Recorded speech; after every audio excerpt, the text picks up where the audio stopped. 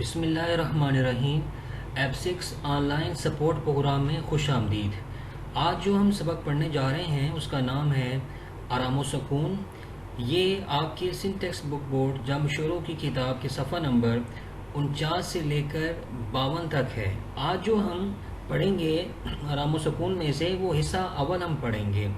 تو بڑھتے ہیں آگے مقاصد تدریس کی طرف۔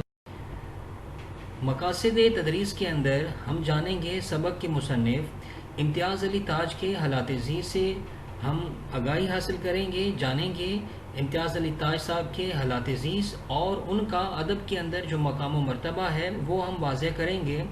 اس کے ساتھ ساتھ ہم سبق کی تشریح کریں گے اور الفاظ و معنی اور نئے الفاظ کو جملوں میں کیسے استعمال کرنا ہے یہ آپ کو بتائیں گے۔ سبق کا خلاصہ ہوگا اور مرکزی خیال پر بھی تفصیل سے روشنی ڈالی جائے گی۔ تو یہ تھا مقاصد تدریس۔ اب پڑھتے ہیں امتیاز علی تاج صاحب کے تعارف کی طرف۔ امتیاز علی تاج صاحب ہمارے اردو ڈرامہ کے بہت بڑے ادیب ہیں، بہت بڑے ڈرامہ نگار ہیں۔ ان کا سید امتیاز علی جو تاج صاحب تھے یہ 1900 میں لاہور کی ایک علمی گھرانے میں پیدا ہوئے۔ آپ کے والد سید ممتاز علی بہت بڑے عالم اور ادیب تھے۔ سید امتیاز علی تاج کی والدہ محمدی بیگم کا شمار بھی اہل قلم میں ہوتا ہے اور وہ تہذیب نسواں کے نام سے ایک رسالہ جاری کرتی تھی۔ اس طرح امتیاز علی تاج کو بچپن ہی سے علمی و ادبی ماحول میسر آیا۔ امتیاز علی تاج نے گورنمنٹ کالج سے لاہور سے BA کی ڈگری حاصل کی اور زمانہ طالب علمی ہی سے مختلف ڈرامے لکھنے شروع کیے۔ انہوں نے صرف 22 سال کی عمر میں اردو کا شاہکار ڈرامہ انارکلی تحریر کیا اور یہی ڈرامہ ان کی شہرت کا سبب بنا۔ اردو ادب میں چاچا چھکن کا کردار بھی آپ ہی کا تحریر کردہ ہے۔ آخر عمر میں مجلس ترقی ادب سے وابستہ ہو گئے اور 19 اپریل 1970 کو نامعلوم افراد نے آپ کو قتل کر دیا تھا۔ تو یہ آپ کا امتیاز علی تاج صاحب کا ایک مختصراً تعارف تھا جو کہ ہم نے جانا۔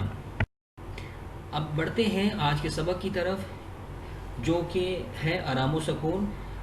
دیکھیے اس میں سب سے پہلے شروع کے اندر ڈاکٹر جی نہیں بیگم صاحبہ تردد کی کوئی بات نہیں ہے، میں نے بہت اچھی طرح معائنہ کر لیا ہے، صرف تکان کی وجہ سے حرارت ہو گئی ہے۔ ان دنوں آپ کے شوہر غالباً کام بہت زیادہ کرتے ہیں۔ اچھا جی دیکھیے بیٹا اس کے لائن کے اندر اس پیراگراف کے اندر جو 3 لائنیں ہم نے پڑھی ہیں، 3 لائنوں کا جو پیراگراف ہے اس کے اندر لفظ آیا ہے تردد۔ تردد کس کو کہتے ہیں بیٹا؟ پریشانی کو کہتے ہیں۔ اور تھکان کس کو کہتے ہیں؟ تھکاوٹ کو کہتے ہیں۔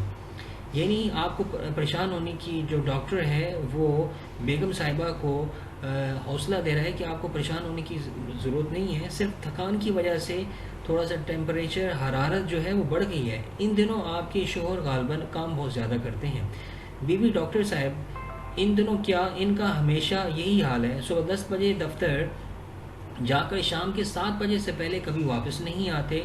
ڈاکٹر جبھی تو میرے خیال میں انہیں دوا سے زیادہ آرام اور سکون کی ضرورت ہے۔ کاروبار کی پریشانیاں اور الجھنیں بھلا کر ایک ہی روز آرام و سکون سے گزارا تو طبیعت انشاءاللہ بحال ہو جائے گی۔ بیوی 20ویں مرتبہ کہہ چکی ہوں کہ اتنا کام نہ کیا کرو، نصیب دشمنا سے ہاتھ دھو بیٹھو گے، مگر خاک اثر نہیں ہوتا، ہمیشہ یہی کہہ دیتے ہیں کہ کیا کیا جائے، ان دنوں کام بے طرح زور پر ہے۔ اچھا دیکھیے بیٹا یہ جو ہم نے پیراگراف پڑھا ہے اس کے اندر ایک لفظ استعمال ہوا ہے بے طرح۔ بے طرح کس کو کہتے ہیں؟ بری طرح، یعنی بہت زیادہ بری طرح 20 مرتبہ کہہ چکی ہوں۔ 20 کس کو کہتے ہیں؟ بہت دفعہ میں کہہ چکی ہوں۔ یعنی یہاں پر ڈاکٹر صاحب کو جو شور کی بیگم ہے وہ بتاتی ہوں، کہہ رہی ہیں کہ میں تو ان کو بہت دفعہ کہہ چکی ہوں لیکن ان پر اثر ہی نہیں ہوتا۔ ڈاکٹر ہر روز تھوڑا وقت آرام و سکون کے لیے نہ نکالا جائے تو پھر بیمار پڑ کر بہت زیادہ وقت نکالنے کی ضرورت پڑ جاتی ہے۔ بیوی یہ بات آپ نے انہیں بھی سمجھائی؟ میں نے کہا سن رہے ہو ڈاکٹر صاحب کیا کہہ رہے ہیں؟ میاں ہوں ڈاکٹر جی ہاں، میں نے سمجھا کر اچھی طرح تاکید کر دی ہے کہ دن بھر خاموش لیٹے رہیں۔ بیوی تو تاکید کیا میں نہیں کرتی، مگر ان پر کسی کے کہنے کا کچھ اثر بھی ہو تو؟ ڈاکٹر صاحب جی جی نہیں، ابھی انہوں نے مجھ سے وعدہ کیا ہے کہ پورے طور سے میری ہدایات پر عمل کریں گے۔ بیوی اور دوا کس کس وقت دینی ہے؟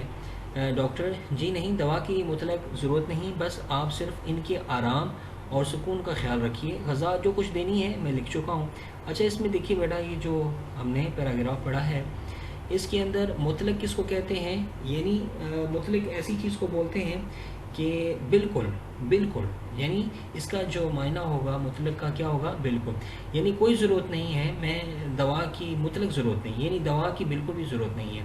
یہ ڈاکٹر صاحب کہہ رہے ہیں کہ آپ پریشان نہ ہو، دوا کی کوئی ضرورت نہیں ہے، صرف ان کو آرام و سکون جو ہے وہ چاہیے، اور جو غذا جو کچھ دینی ہے وہ میں نے تو آپ کو بتا دی ہے۔ اچھا جی، بیوی کہتی ہے فیس میں آپ کو بھجوا دوں گی۔ ڈاکٹر اس کی کوئی بات نہیں، آ جائے گی۔ بیوی اونچی آواز سے پکار کر، ارے للو، میں نے کہا ڈاکٹر صاحب کا بیگ باہر کار میں پہنچا دیجیے۔ اچھا، یہاں پہ جو للو ہے وہ ایک کردار ہے ملازم کا۔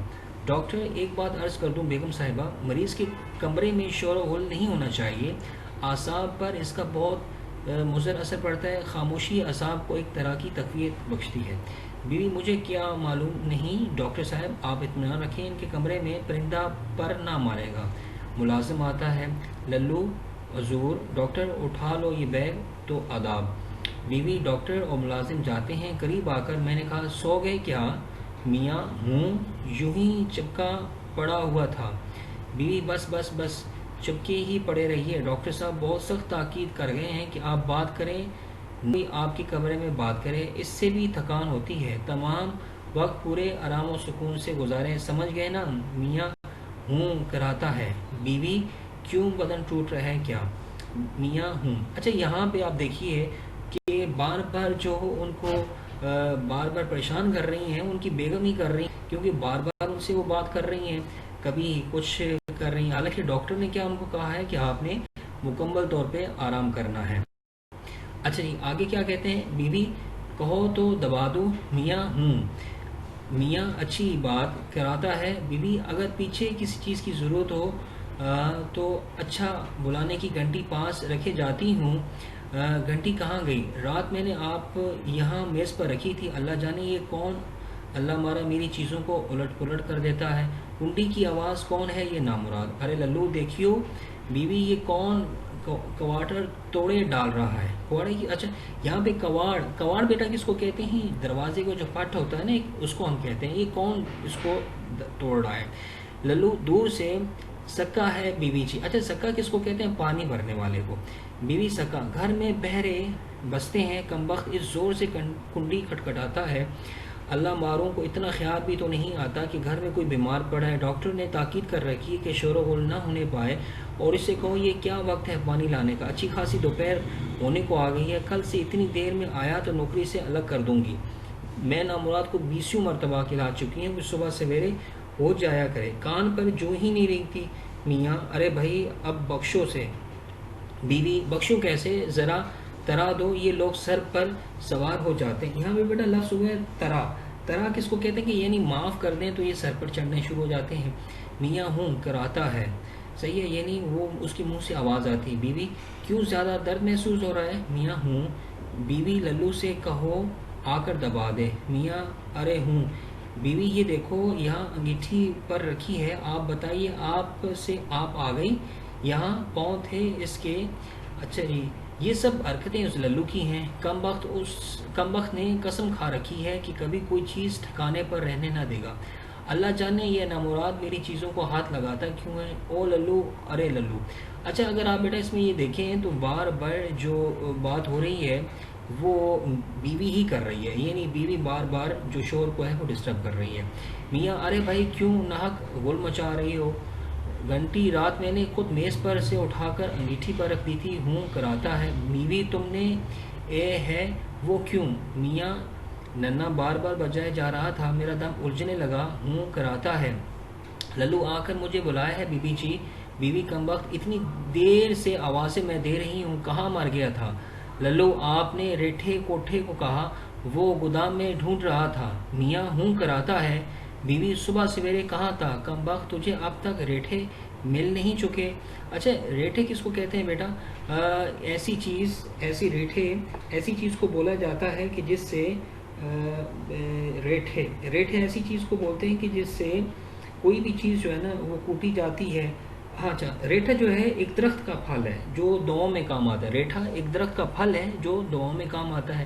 جی للو آگے کہتا ہے جی مہلت بھی ملے، ادھر گودام میں جاتا ہوں ادھر کوئی بلا لیتا ہے. بیوی یہاں بڑا کام رہتا ہے، نہ بیچارے کو سر کھجانے کی فرصت نہیں. بھاگ یہاں سے نکل، جا کر ریٹھے ڈھونڈ للو جاتا ہے. اچھا، بیوی تو یہ گھنٹی تمہارے سرانے رکھی جاتی ہوں، میاں کرا کر کوارٹر بند کرتی جانا.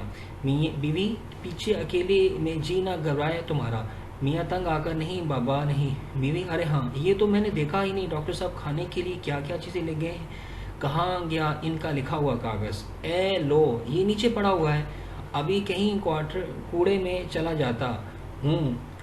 نارنگی کا رس، ساگو دانے کی کھیر، یخنی کیا تیار کرا دوں اس وقت کے لیے میاں، جو جی چاہے. اچھا بیٹا اس میں آپ دیکھیں تو بار بار ایک ہی جو ہے وہ جو ڈسٹرب کر رہے ہیں، بار بار جو کہہ رہی ہیں وہ بیوی ہی کہہ رہی ہیں. یعنی بیوی جو ہے وہ مختلف چیزیں مختلف باتوں سے اس کی جو خلل ہے آرام کے اندر خلل ڈال رہی ہیں. تو ہمیں پتہ چلا کہ یہاں پہ بنیادی طور پر جو زیادہ خلل ڈال رہی ہیں وہ کون ہیں؟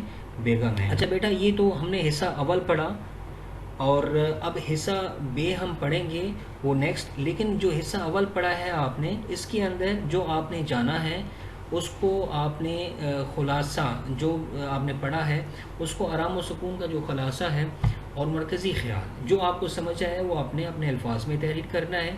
اور اس کے علاوہ سبق میں جو نئے الفاظ آئے ہیں ان کو آپ نے جملوں میں استعمال کرنا ہے. اور تیسرا سوال یہ ہے آپ کا کہ صفحہ نمبر 57 پر جو موجود مشقی سوالات ہیں اس میں سے کوئی سے بھی آپ نے تین جو ہے سوالات لکھنے ہیں اور ان کا آپ نے جواب لکھنا ہے. تو یہ بیٹا آپ کے بنیادی طور پر تین جو ہیں سوالات ہیں جو آپ کا گھر کا کام ہے.